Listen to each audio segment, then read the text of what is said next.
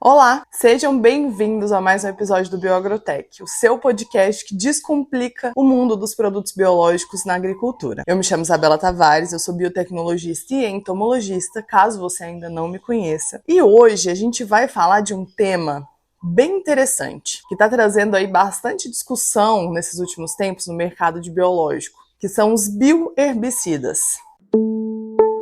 Mas você sabia que esse papo de bioherbicida é muito mais antigo do que a gente imagina? Hoje a gente vai passar por uma história que começa lá em 1984, que é uma bactéria de solo, que você provavelmente já ouviu falar, a Streptomyces, e termina em uma descoberta muito recente feita aqui no Brasil, dentro do bioma da Caatinga. E por que isso vai importar para você que trabalha com biológico aí no campo? Porque a resistência de plantas daninhas aos herbicidas químicos já é uma realidade que pressiona o custo, a produtividade e também a tomada de decisão. Eu tenho certeza que se você trabalha diretamente no campo, você já ouviu falar em algum caso sobre herbicida Patinae, e entender de onde vêm essas ferramentas de manejo é uma parte do trabalho que quem quer estar na frente precisa entender. Então, pega seu café ou então coloca aí no seu fone de ouvido, aperta o play e vamos entender esses bioherbicidas de uma vez por todas.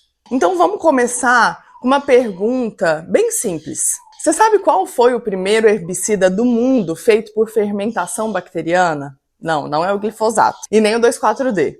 É um composto chamado bialafos. E ele surgiu em 1984 lá no Japão. É uma história que vai começar com um gênero bacteriano que a gente já citou bastante aqui no podcast até, a Streptomyces. Lembra do episódio de cheiro de chuva, da substância chamada geosmina, feita por essas bactérias? Se você não escutou ainda, você não lembra, volta lá no episódio 35 que tem um episódio inteiro sobre elas. Bom, nos anos 70, os pesquisadores japoneses eles estavam estudando alguns metabólitos secundários de Streptomyces higroscópicos, uma bactéria que é de solo. A ideia inicial não era nenhum herbicida, na verdade era um antibiótico. Eles queriam desenvolver um composto para controle de micro-organismos. Só que aí veio uma virada, porque eles perceberam que as plantas eram extremamente sensíveis a esse composto. Ele funciona como, por exemplo, um cavalo de Troia. Ele entrava na planta como uma molécula assim, bem inofensiva, e lá dentro ele se quebrava, liberando, sabe o quê? O glufosinato. Essa aí você já ouviu falar, né? O mecanismo de ação inibe a enzima glutamina sintetase, que é responsável por detoxificar a amônia dentro da planta. Sem essa enzima funcionando, a amônia ela vai se acumulando e as células colapsam, né? Se rompem e a planta morre. Em 1984, a empresa japonesa Meiji Seika, eu acho que é assim que fala, registrou o bialafos como herbicida, com o nome comercial Herbiace. Ele ficou conhecido como o primeiro herbicida produzido por fermentação microbiana da história. Nesse mesmo período, a indústria química ela desenvolveu o glufosinato de amônio, já numa fórmula sintética, sem precisar passar pelo caminho bacteriano, que a bactéria vai entregar a molécula ali, né, de forma ativa. E foi lançado pela Hoest, acho que é assim que fala também, com o nome comercial Basta. No Brasil, o glufosinato chegou nos anos 90, inicialmente aí para dessecação de culturas específicas, mas o mercado mudou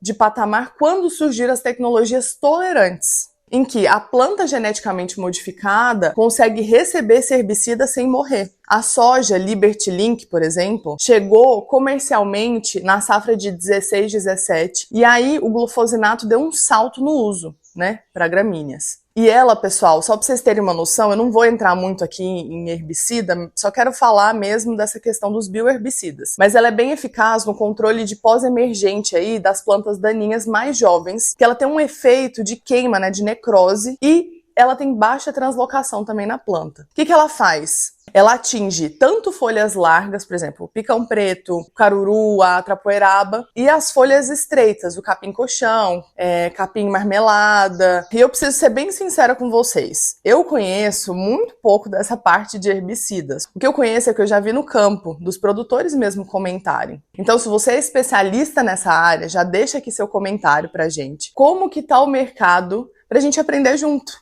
tá bom? Inclusive, a gente discutiu sobre isso no nosso grupo VIP do WhatsApp e algumas pessoas relataram que o glufosinato ainda tá patinando para capim pé de galinha em algumas regiões do país, principalmente ali em Minas Gerais, em algumas regiões de HF. Você quer participar do grupo? Eu vou deixar o link aqui na descrição do episódio, tá bom? Mas enfim, voltando. Por que eu tô te contando toda essa história? Porque ela mostra que a Streptomyces abriu um caminho para o mercado de herbicidas, lá em 1984. E agora, 4 décadas depois, essa mesma bactéria aparece como um novo protagonista. Só que dessa vez a descoberta é aqui no Brasil. Antes de falar da pesquisa brasileira, deixa eu só contextualizar bem rapidamente o que é a Streptomyces, quem é essa bactéria, para quem ainda não tem como referência ou não escutou o episódio ainda. O gênero Streptomyces, ele pertence a um grupo de actinobactérias. As bactérias gram-positivas são filamentosas e vivem principalmente ali na rizosfera. A gente fala bastante de rizosfera, né? Então elas vivem ali. Elas são conhecidas principalmente pela produção de antibióticos. Mais de 70% dos antibióticos de origem natural que a gente conhece vem de Streptomyces. A streptomicina, a eritromicina, a tetraciclina, todas têm origem nesse gênero. Mas além dos antibióticos, a Streptomyces produz uma diversidade muito grande de metabólitos secundários, com atividade muito fitotóxica. Dentre esses metabólitos, são muito estudados os taxominas, acho que é assim também que fala. E o que eles fazem? Eles inibem a biossíntese de celulose na parede da planta. Elas também produzem uma substância chamada coronafacói. O que é isso? Mimetiza, né? Essa substância vai mimetizar o hormônio vegetal do ácido jasmônico dentro da planta, então vai bagunçar muito essa sinalização da planta, né? E os derivados de auxina, de AIA, que causam um excesso, né, um estresse oxidativo ali na planta e vai inibir o crescimento radicular, por exemplo. Então, assim, elas produzem esse arsenal metabólico, o que é muito diferente dos mecanismos de ação dos herbicidas químicos convencionais. E é exatamente isso que torna a Streptomyces tão interessante como fonte de bioherbicidas. Agora vamos falar o que todo mundo está comentando aí nas redes sociais, que é uma novidade que pesquisadores da Embrapa e da USP identificaram uma cepa de Streptomyces isolada do solo da Caatinga, que é um bioma brasileiro mais seco, com diversidade microbiana muito própria de lá, e ainda muito pouco explorada. A cepa foi batizada de CAAT 752. Nas análises filogenéticas que eles fizeram, eles usaram 6 genes concatenados. Ela se mostrou muito próxima de Streptomyces mucizole, mas com umas diferenças fenotípicas que vão diferenciar elas. Ou seja, pode ser uma espécie nova, ou pelo menos uma cepa com perfil metabólico bem particular. Por isso, elas não são geneticamente iguais em relação à espécie. E o perfil ele vai importar aqui. Por quê? Quando os pesquisadores foram investigar o que essa cepa produzia de ativo, eles identificaram 2 compostos fitotóxicos principais. O ácido 3-hidroxibenzoico, com uma concentração inibitória, né, de mais ou menos 50 microgramas por ml no bioensaio, com Lemna minor, que é a lentilha d'água, que é uma planta modelo aí para os testes fitotóxicos. E a albociclina, muito mais potente, usaram só 3,12 microgramas por ml, nessa mesma lentilha d'água. E 6,25 microgramas por ml na inibição da germinação da buva. Vocês já ouviram falar da buva? É um problemão aí em várias regiões, né? Um dado bem importante, esse é o primeiro relato científico da atividade fitotóxica da albociclina. Ela era conhecida na literatura como um composto de Streptomyces, mas nunca tinha sido descrita assim, ou avaliada com essa capacidade herbicida. E é uma descoberta, então, dentro da descoberta. Além dos compostos isolados, o estudo também testou o uso direto do caldo fermentativo bruto, do resto mesmo, né? Vamos dizer assim. Sem extração do solvente, sem isolamento do composto ativo, e ele também inibiu seletivamente as plantas daninhas que são dicotiledôneas. Isso simplifica muito o processo de produção, porque aí você não precisa extrair, purificar o composto para ter o efeito herbicida. E para a escala industrial fica mais viável, entende? Por que a buva? A buva é, sem dúvida, uma das plantas daninhas mais problemáticas no Brasil. E ela já está apresentando resistência bem confirmada para glifosato e para 2,4-D. Na prática, o produtor ele vai aplicar mais, vai gastar mais e ainda assim o resultado está muito ruim no campo.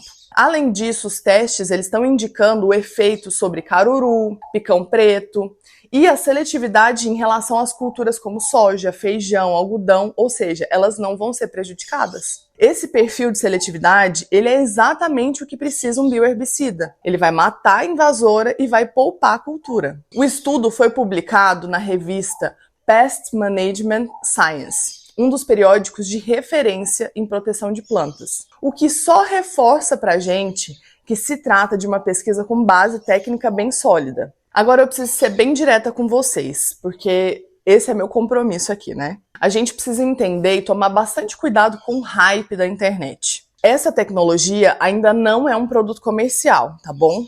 A pesquisa, ela tá em fase inicial. Então, para chegar no campo, como produto, ela precisa avançar. Então, os testes em campo, né, os bioensaios, eles foram feitos em condições controladas. Vocês sabem, gente, o campo é outra realidade. A gente precisa de formulação, como é que a gente vai estabilizar esse composto ou o caldo fermentativo, enfim. A forma que ele tem atividade e até pensar no armazenamento na aplicação. E também outra questão para a indústria, que é a escalabilidade.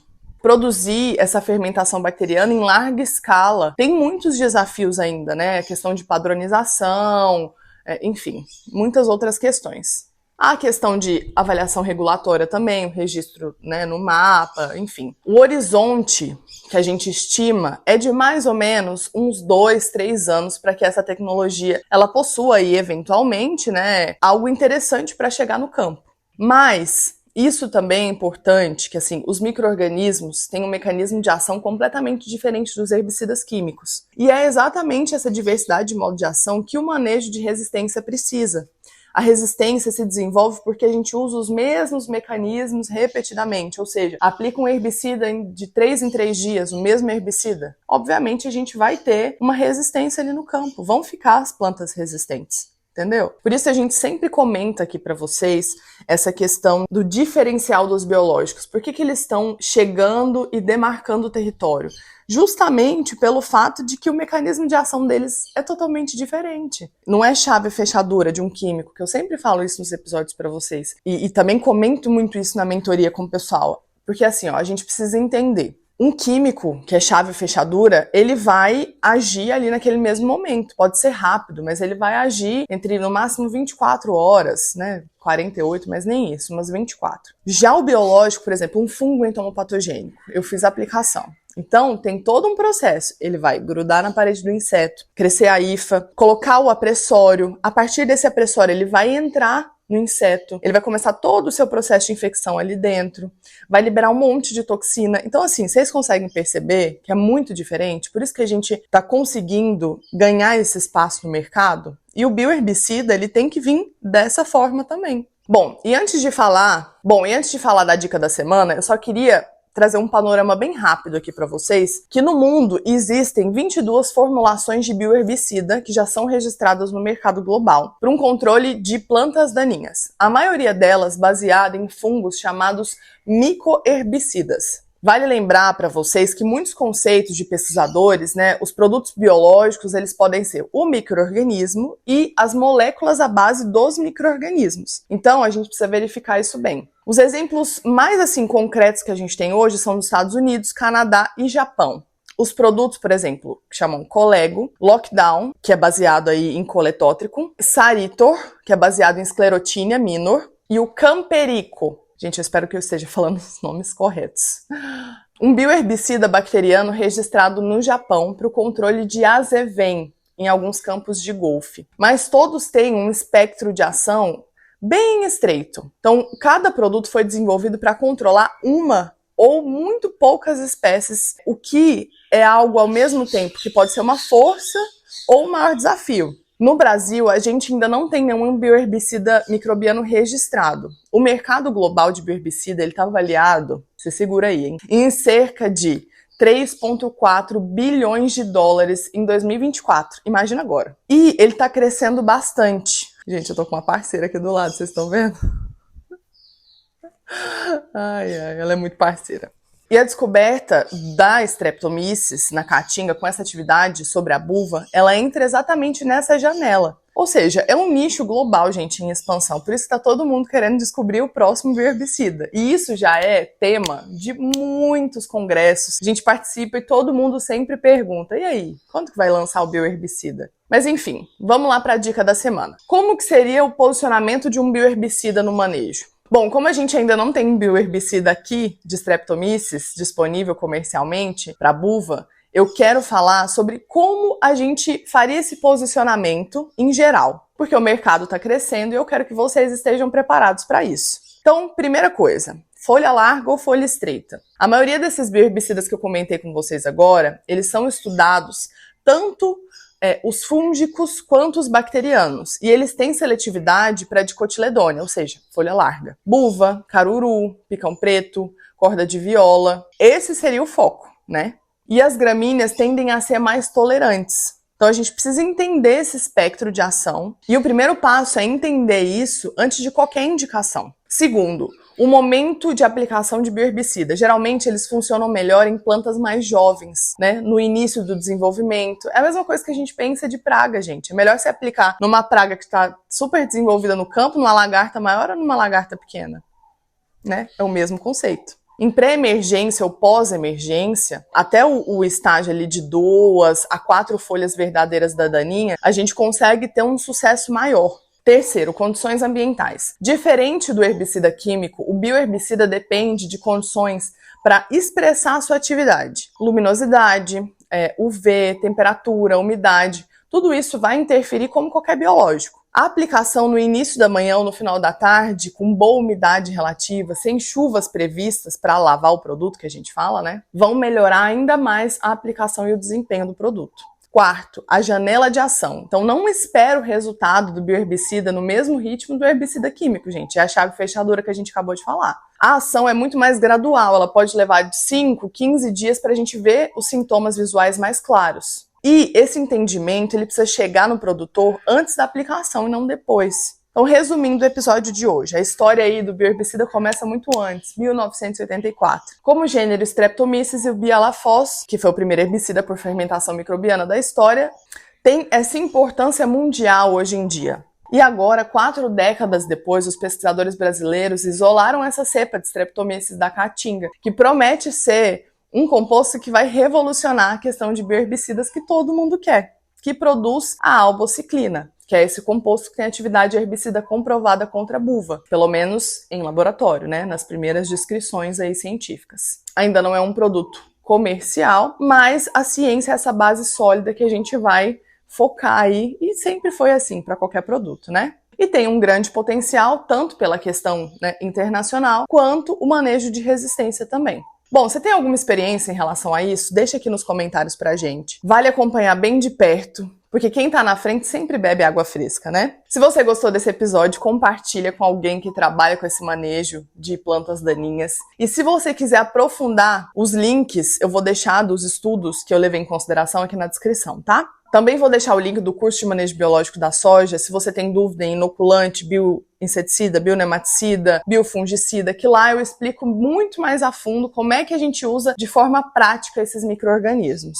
Não se esquece de se inscrever também, ativar o sininho se você está no YouTube, dar 5 estrelas aqui no Spotify, porque assim ele vai te avisar quando chegar um episódio novo. Semana que vem eu te espero às 6 da manhã, quarta-feira. Espero que esse episódio tenha aberto seus olhos para essa questão de bioherbicida. Te espero semana que vem. Até mais!